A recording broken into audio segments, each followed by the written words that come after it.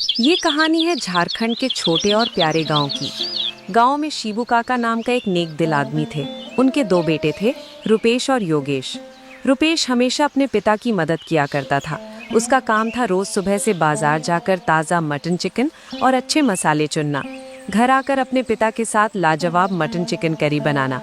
जब उनकी mutton chicken curry तैयार हो जाती तो दोनों बाप बेटे बाजार में जाकर अपना ठेला लगा लेते और गांव वालों को केवल 50 रुपए में ही पेट भर मटन चिकन करी देते।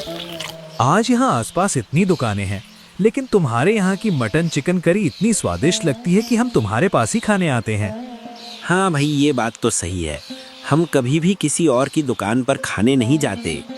ये सब तो आपका बड़प्पन है, और हमारे झारखंड का मटन चिकन है ही इतना स्वादिष्ट। लेकिन तुम अपने एक ही बेटे को लेकर आते हो, कभी उसको भी अपने ठेले पर लेकर आया करो। हाँ भाई, अब तो काका तुम अपने बेटे को ठेला दे दो और तुम आराम करो घर में। कब तक काम आओगे इस बुढ़ापे में? भाई साहब, क्या करूं, मेरा एक बेटा बहुत ही ज्यादा कामचोर है। ये रुपेश है जो मेरा हर बात मानता है। ग्राहकों की ऐसी बातें सुनकर शिबू काका सोचते हैं कि अपने बेटे को समझाऊं। घर आकर वो योगेश को समझने लगते हैं। अरे बेटा कितना काम चोरी करेगा, बस दिन भर घर में पड़ा रहता है। रुपेश से कुछ सीख लिया कर। अरे पिताजी, मुझे सुबह सुबह उठने का मन नहीं करता है। अरे तो शाम को तो काम करने आया कर। ऐसे भी मैं अभी कुछ दिन के लिए तुम्हारे बुआ के घर जा रहा हूँ। अब तुम ही दोनों को अपना ठेला संभालना होगा। अब तुम एक साथ संभालो चाहे अलग अलग संभालो, वो तुम्हारी मर्जी है। अरे पिताजी, मुझे सब बनाना आता है। रुपेश से ज्यादा तो स्वादिष्ट मटन चिकन करी मैं ही बनाता हूँ। कभी तो दुकान पर आया नहीं और तुझे बड़ा आया मटन चिकन करी बनाने वाला। अब जैसे हो, आगे तो तुमको ही अपना जीवन जीना पड़ेगा। मैं तो कुछ दिनों का मेहमान हूँ। उसके बाद शिबू काका अगले ही दिन बुआ के घर के लिए निकल जाते हैं। अगले दिन सुबह सुबह कुछ लोग चाय के ठेले पर बैठे हुए थे और बातें कर रहे थे। अरे भाई, हमने सुना है तुम्हारे पिताजी सारा काम तुम दोनों को सौंप कर गाँव चले गए। अरे तो क्या हुआ, मैं हूं ना। मैं ऐसी मटन चिकन करी बनाऊंगा कि लोगों को लंबी लाइन लगाना पड़ जाएगा। अरे लेकिन तुम तो कभी दुकान संभाले ही नहीं, और तुम्हारे भाई रुपेश को तो सालों का पुराना तजुर्बा है। देख लेना, वही सबसे ज्यादा नोट छापेगा। तो सही कहा भाई, रुपेश के दिमाग और ईमानदारी का सब मिसाल देते हैं। देख लेना, जब मैं दुकान लगाऊंगा उसका ठेला चलने नहीं दूंगा। इस बार कुछ बड़ा करना ही होगा। अरे योगेश, रुपेश तो हमेशा तेरा भला चाहता है, तो क्यों हमेशा उसका दुश्मन बना फिरता है? सागा भाई है तेरा, इतनी ईर्ष्या सही नहीं है। और रुपेश ने जो भी अर्जित किया है अपनी मेहनत से किया है। अबे गंजे, भाषण मत दे मुझे, अपने काम से काम रख। गांव में भलाई का तो जमाना ही नहीं है भैया, ये किसी ते गांव को डुबाएगा। उसके बाद योगेश घर आ जाता है। बड़े भैया, पिताजी ने कहा है हम दोनों साथ में मटन चिकन करी का ठेला लगाएंगे। मैं तुम्हारे साथ नहीं काम करूंगा, मैं अकेले काम करूंगा। पिताजी के आने तक मैं तुमसे बहुत ज्यादा पैसे कमाऊंगा। ठीक है भैया, जैसे तुम्हारी मर्जी। योगेश बड़ा था और अपनी मनमर्जी करता था, इसलिए रुपेश उसको कुछ नहीं कहता है। अगले ही दिन रुपेश ने अपना मटन चिकन करी का दुकान लगा लिया था। गर्मा गर्म मटन चिकन करी, आओ भाई आओ, दूर से। योगेश अपने ठेले पर रुपेश को देखकर मन ही मन बोलता है। अच्छा बेटा, तूने अपना ठेला लगा लिया? रुक जा, तुझे कल बताऊंगा। सबसे ज्यादा मटन चिकन करी तो मैं ही बेचूंगा। भाई नहीं सुधरेगा, पिताजी ने कहा था साथ में काम करो। आओ भाई आओ, मटन चिकन करी खाने आओ। अरे भाई, तुम्हारे पिताजी गांव गए क्या? हाँ भाई, कुछ दिन में आ जाएंगे। वाह भाई, तुम्हारी दुकान पर मटन चिकन करी खाकर मजा ही आ जाता है। क्या भाई, क्या जादू करते हो। अरे वाह भाई, मुझे भी मेरी पत्नी ने कहा है तुम्हारे यहाँ के ही मटन चिकन करी लेकर आऊं। ये तो आपका प्यार है भैया, बस ऐसे ही अपना प्यार बनाए रखना। उसके बाद रुपेश की दुकान पर लोग आने लगते हैं। रुपेश ग्राहकों को मटन चिकन करी पैक करके देता है। लोग चावल के साथ खाते हैं और तारीफ करते हैं। ये सब देखकर योगेश दूर से गुस्से में देख रहा होता है। पता नहीं अपने मटन चिकन करी में क्या डाल रहा है, लोग उसकी मटन चिकन करी खाए जा रहे हैं। नहीं नहीं, ऐसा नहीं हो सकता, मुझे कुछ ना करना ही पड़ेगा। इतना सोच ही रहा था, तभी उसके सामने से एक बेवड़ा आता है। ए बेवड़े, इधर आ, इधर मेरी बात ध्यान से सुन। बोलो बोलो, उतनी देर से बोले ही जा रहे हो, बोलो चचा, क्या काम है? अबे बेवड़े, तेरे को चाचा दिख रहा हूँ क्या मैं?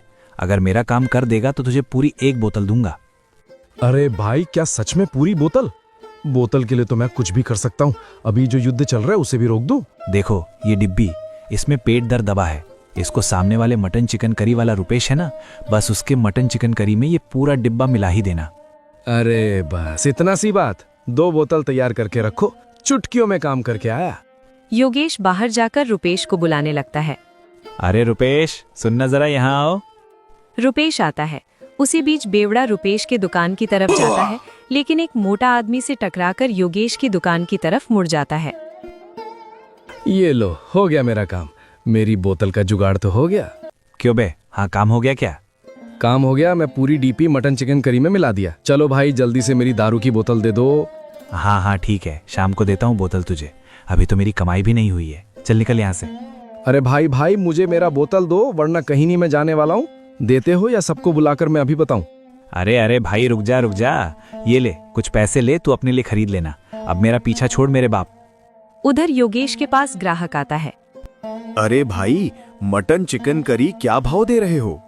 मेरे यहाँ 50 रुपए मटन चिकन करी है, सामने वाला तो 100 रुपए में दे रहा है। अच्छा ऐसी बात है। मेरे घर मेहमान आए हुए हैं, मुझे जल्दी से 5 plate mutton chicken curry pack करके दे दो। योगेश खुश हो जाता है और 5 प्लेट पैक कर देता है। ग्राहक अपने घर जाकर रिश्तेदारों को खिलाता है। अरे भाई, खाओ खाओ, आप लोगों के लिए स्पेशल मटन चिकन करी हूँ। सब मजे से खाते हैं। तभी एक आदमी बोलता है। अरे भाई, बहुत जोर से पेट दर्द दे रहा है मेरा।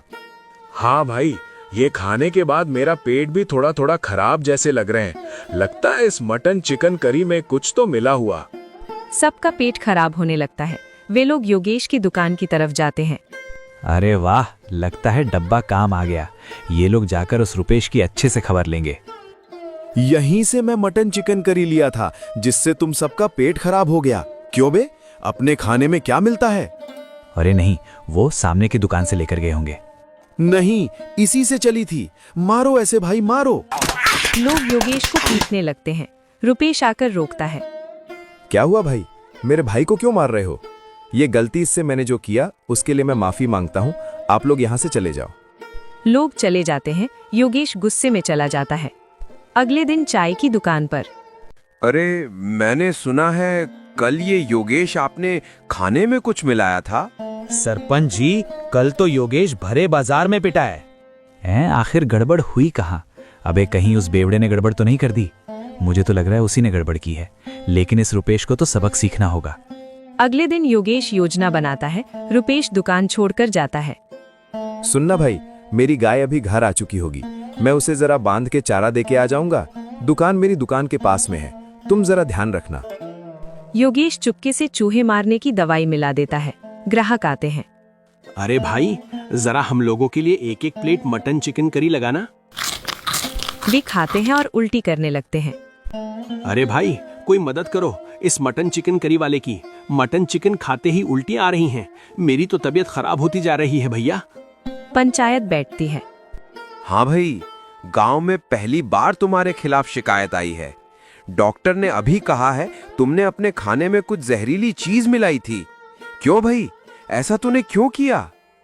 नहीं सरपंच जी, मैं तो कुछ नहीं किया। मुझे तो समझ ही नहीं आ रहा है कि ऐसा क्यों हुआ। जो भी हुआ बहुत गलत हुआ। किसी की जान भी जा सकती थी तुम्हारी मटन चिकन करी खाने की वजह से। अब मुझे तुम्हारा दुकान बंद करना ही पड़ेगा। तभी बेवड़ा आता है। बेचारे को फोहटनी सजा मिल रहा है। सारे कांड तो योगेश के किए हुए हैं। उसने तो मुझे एक बोतल दिया था, तब मैंने उसके खाने में जमाल घोटा मिलाया था। अबे बेवड़े, पागल है क्या? कुछ भी बके जा रहा है। तेरी बात पर कौन यकीन करेगा बे? चल भाग यहाँ से। फिर बगल वाला दुकानदार आता है। लेकिन मेरी बातों पर तुम विश्वास कर सकते हो सरपंच जी। उसी दिन ये लोग खाने आने से पहले रुपेश अपने गाय को चारा डालने के लिए घर गया हुआ था। अभी योगेश जाकर उसके थाने में कुछ मिला रहा था और पूछने पर कहने लगा, ये घर का मामला है, तुम दूर रहो। ये झूठ बोल रहा है, ऐसा मैंने कुछ भी नहीं किया है। भाई, आपने ऐसा क्यों किया?